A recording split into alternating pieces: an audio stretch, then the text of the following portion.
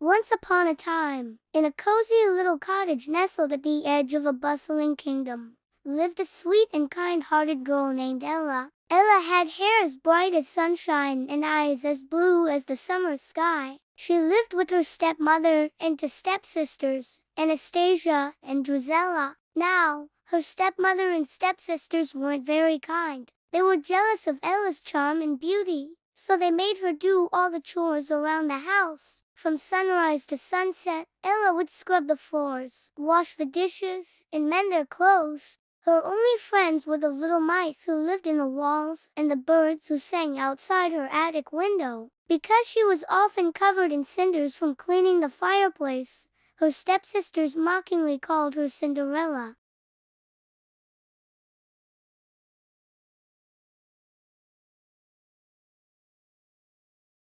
One sunny afternoon, a royal messenger arrived at their cottage with a grand announcement. A royal ball was to be held at the palace. The king was inviting every eligible maiden in the kingdom, as the prince was looking for a bride. Anastasia and Drusilla shrieked with excitement. "I'll wear my pink gown," cried Anastasia. "No, I'll wear the one with the big bows," Drusilla argued. They spent weeks preparing, ordering new dresses, shoes, and jewels. Cinderella, of course, was tasked with helping them get ready. She sewed their sashes, polished their shoes, and styled their hair, all while dreaming of the ball. "Oh, I wish I could go too," she sighed softly to her mice friends, Gus and Jack. "I would love to see the palace and dance just once." On the night of the ball, the house was in a flurry of chaos. The stepsisters were finally ready, looking like two overdressed peacocks. As they prepared to leave, Cinderella timidly approached her stepmother. "May I go to the ball as well?" she asked, her voice hopeful.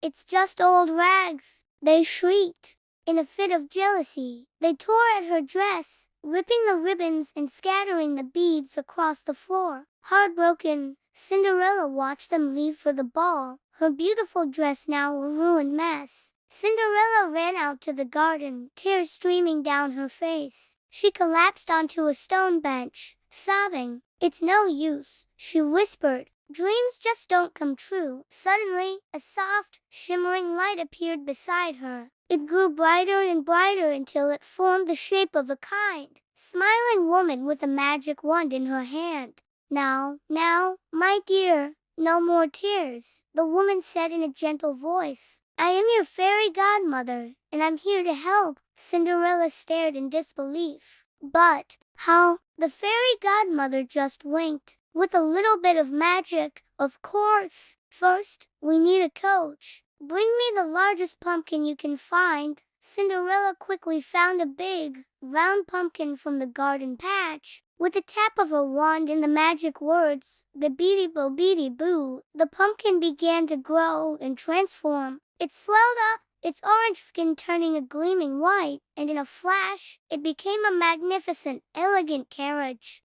Next, the fairy godmother pointed her wand at Gus, Jack, and their mice friends who had scurried out to see what was happening. With another "Bibidi-bo-bidi-boo," the tiny mice were transformed into four majestic white horses to pull the carriage. An old horse named Major became the coachman, and a loyal bloodhound named Bruno became the footman, both dressed in smart liveries. Cinderella gasped in amazement. "It's wonderful. But my dress," she said, looking down at her torn clothes. Her fairy godmother smiled warmly. "We'll fix that right up." She waved her wand one more time. In a swirl of sparkling dust, Cinderella's ragged dress was transformed into a breathtaking ball gown of shimmering silver and blue. It sparkled as if it were spun from starlight, and on her feet appeared a pair of delicate, magical glass slippers. "Oh, it's more than I ever dreamed of," Cinderella exclaimed, twirling in her beautiful gown. "Thank you, fairy godmother." The fairy godmother beamed. "You look lovely, my dear.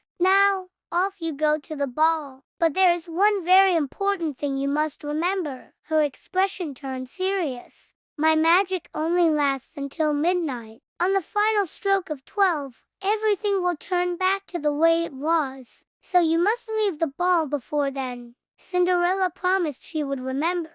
With a final wave, she stepped into the grand coach. The horses trotted forward, and the carriage rolled smoothly toward the shimmering lights of the royal palace. Cinderella's heart was filled with excitement and joy. She was finally going to the ball. When Cinderella arrived at the palace, everyone turned to look. No one recognized the stunning princess who had just stepped out of the magnificent coach. Her stepmother and stepsister stared, completely clueless that this beautiful mystery guest was the girl they had left behind in rags. As Cinderella walked into the grand ballroom, the prince, who had been politely but unenthusiastically greeting guests, saw her from across the room. He was instantly captivated. He walked straight to her, bowed, and asked for a dance. When they danced, it was as if they were the only two people in the room.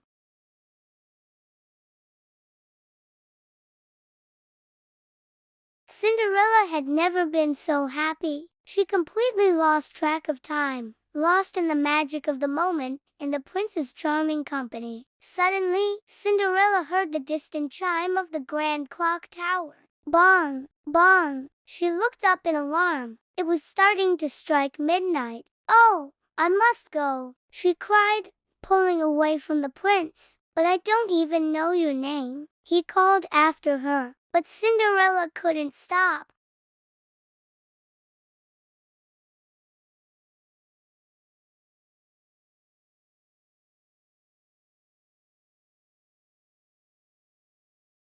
She didn't have time to go back for it.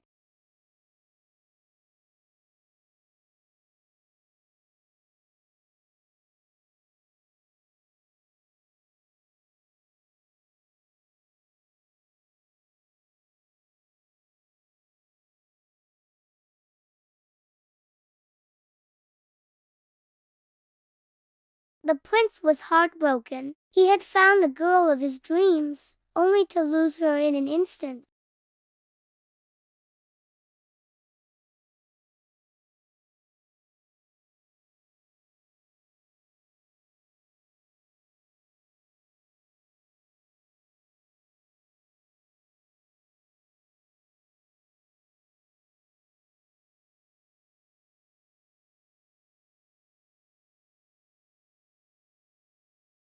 Finally, the Grand Duke arrived at Cinderella's cottage. Anastasia and Drizella tried with all their might to force their large feet into the slipper, but it was no use.